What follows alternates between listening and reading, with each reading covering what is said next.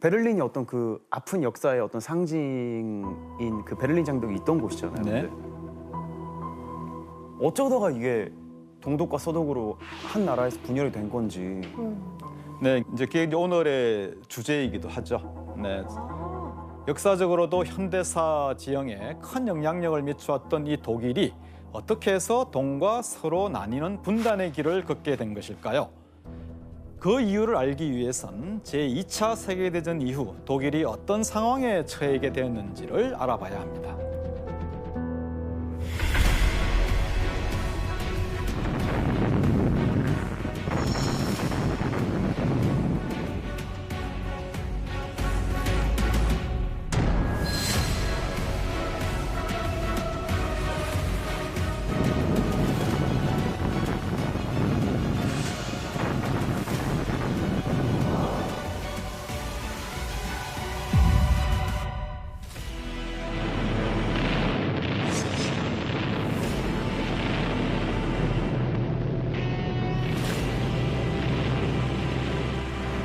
Идет сражение в Берлине.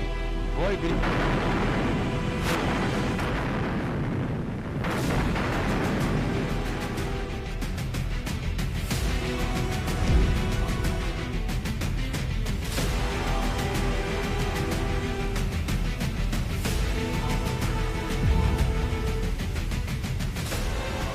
그러니까 이제 2차 세계대전 이후에 전쟁에서 승리한 연합국이 이 독일을 이제 어떻게 다뤄야 될지 그것에 대한 이제 논의를 했던 것이죠.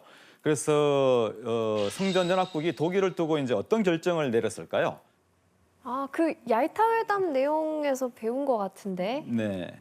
분할을 했던 것 같아요. 네 개국, 네 개 그렇죠. 나라가. 네. 네. 그러니까 1945년 2월에 그 크림반도의 얄타에서 전후에 이제 이 독일, 나치 독일의 처리 문제에 대해서 협의를 하게 됩니다.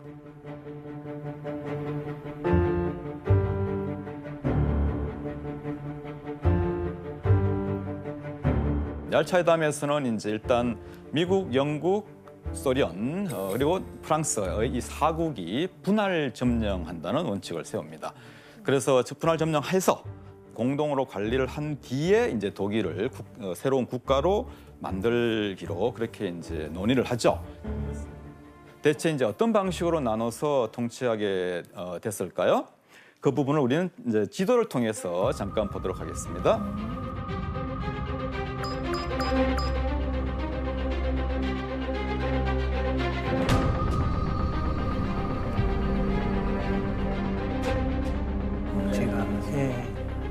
그런데 독일 전체가 나뉘어서 분할 통치된 것은 물론이고 이곳 역시 성전연합국이 공통으로 관할 통치를 하게 됩니다. 어디일까요? 네, 바로 베를린입니다. 저 조그만 베를린을 저 조그만 베를린을 또 네 개로 나눈 거예요? 베를린이 바로 이 지역에 이렇게 있는 것이죠.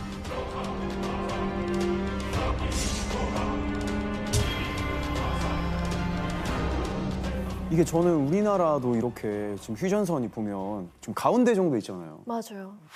근데 가운데 위치한 게 아닌데 왜 그걸 분할해서 통치를? 그러니까 베를린이 이제 오랫동안 독일 제국의 또는 나치 독일의 수도였던 것이죠. 그래서 베를린이 가지고 있는 이제 상징적이고 정치적인 중요성 때문에 공동으로 이제 관할 통치하기로 이렇게 한 것이죠.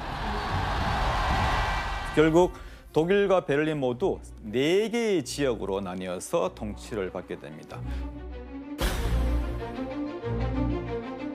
그리고 이제 이런 그 합의가 5개월 후 그 이후 포츠담에서 열린 포츠담 회담에서도 계속 이어집니다.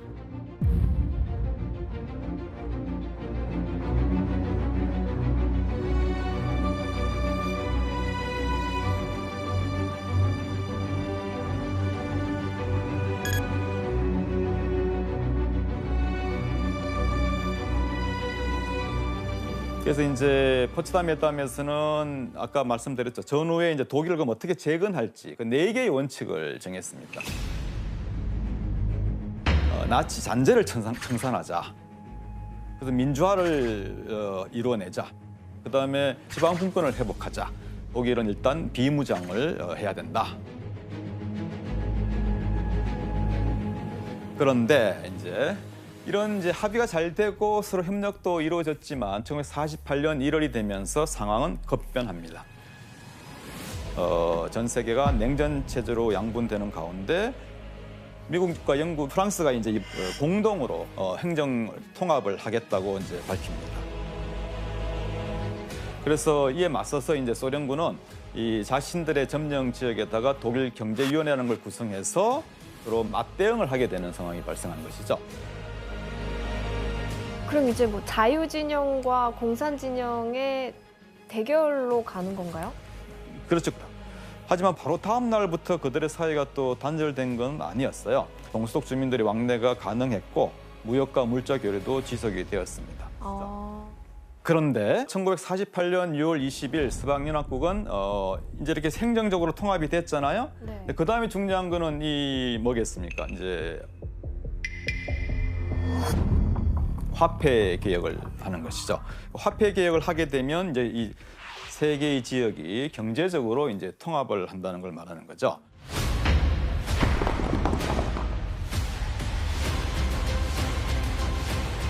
그럼 마찰이 있겠는데요? 네, 그렇게 되니까 선 넘네. 소련도 맞대응을 하게 되는 것이죠. 그래서 동독 지역에 동독 마르크라는 화폐를 또 새로 만들어서 통용한다고 발표를 합니다.